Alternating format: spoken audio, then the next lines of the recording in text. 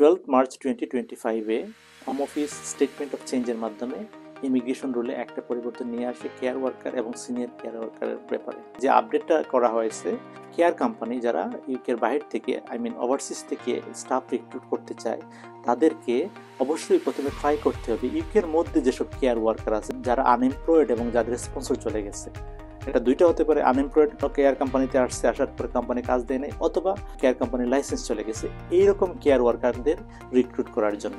এই আপডেটে আরো বলা হয়েছে যে রিক্রুটিং কোম্পানি কেয়ার কোম্পানিগুলো প্রথমে রিজিওনাল পার্টনারশিপের মাধ্যমে ইংল্যান্ডে সুইটেবল ক্যান্ডিডেটকে আইডেন্টিফাই বা সিলেক্ট করার জন্য।